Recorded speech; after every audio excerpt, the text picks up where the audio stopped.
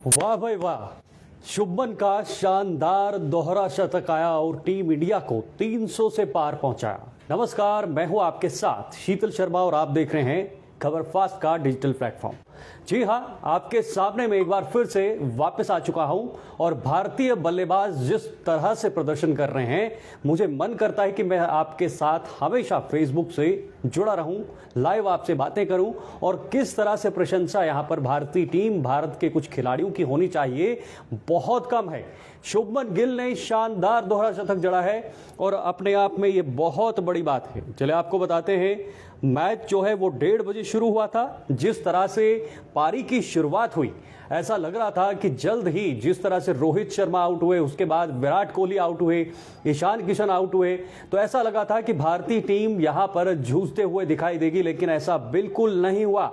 शुभमन गिल ने अपने बल्ले के दम से पहला दोहरा शतक लगाया और अब टीम इंडिया को भी 349 के जो है पास पहुंचा दिया है, यानी 350 रनों का लक्ष्य अब न्यूजीलैंड के सामने रहेगा। बहुत कमाल की पारी यहां पर शुभमन गिल ने खेली है। बहुत ही जबरदस्त तरीके से शुभमन गिल ने दोहरा शतक यहां पर लगाया है।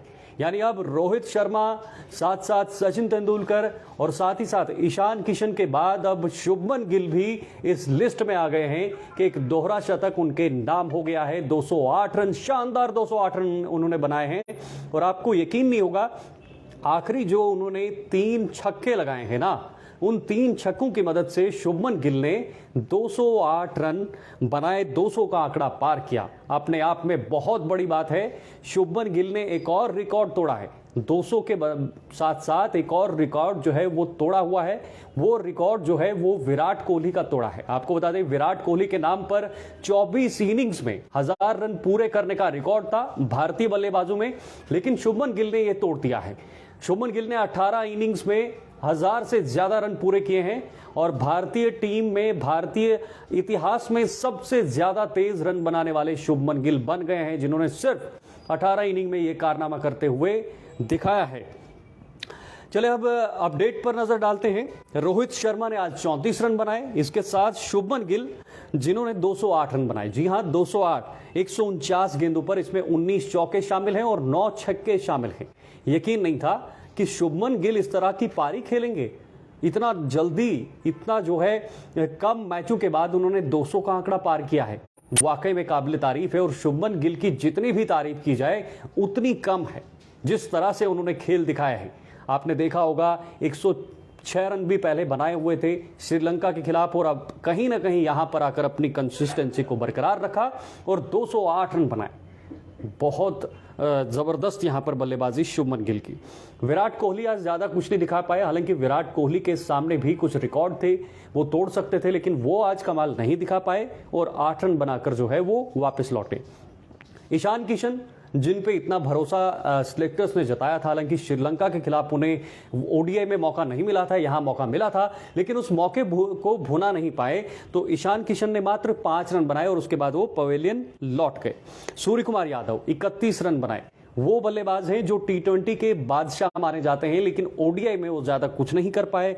उन्होंने भी आज 31 रन बनाए और वापस चलते बने। हार्दिक पांड्या 28 रन और वाशिंगटन सुंदर 12 रन उन्होंने बनाए। साथ ही साथ शार्दुल ठाकुर ने 3 बनाए, कुलदीप यादव ने 5 रन बनाए और मोहम्मद शमी ने 2 रन बनाए। ये आज का लेखा जोखा था भारतीय बल्लेबाजों का। लेकिन नजर मुझे अगर स्कोर कार्ड पे जब मैं नजर डालता हूं तो मुझे शुभमन गिल का स्कोर सबसे ज्यादा दिखता है, पहाड़ की तरह दिखता है, क्योंकि कोई भी दूसरा बल्लेबाज 50 से पार नहीं हुआ है। अकेले दम पर शुभमन गिल ने 200 का आंकड़ा पार किया और इस पारी के दम पे भारत को 350 तक पहुंचाया। बहुत जबरदस्त बल्लेबाजी शुभमन गिल की तरफ से। चर्चाएं हो रही थी कि क्या शुभमन गिल को मौका मिलेगा, नहीं मिलेगा, लेकिन मिल गया तो उन्होंने यह कारनामा दिखाया कि भारतीय बल्लेबाजों में सबसे तेज 1000 रन बनाती है। यानी अब वो सिलेक्टर्स के निशाने पर रहेंगे। सिलेक्टर्स उन्हें अब कहीं ना कहीं ड्रॉप करने से बिल्कुल नहीं जो है सामने आ सकते हैं। आगे आने वाले दिनों में वर्ल्ड कप भी होने वाला है, तो कहीं ना कहीं शुभमन गिल का ये रास्ता साफ होते हुए नजर आ रहा है। चलिए, ये कुछ अपडेट थी और सबसे महत्वपूर्ण अपडेट ये थी कि शुभमन गिल का दोहरा शतक आया है।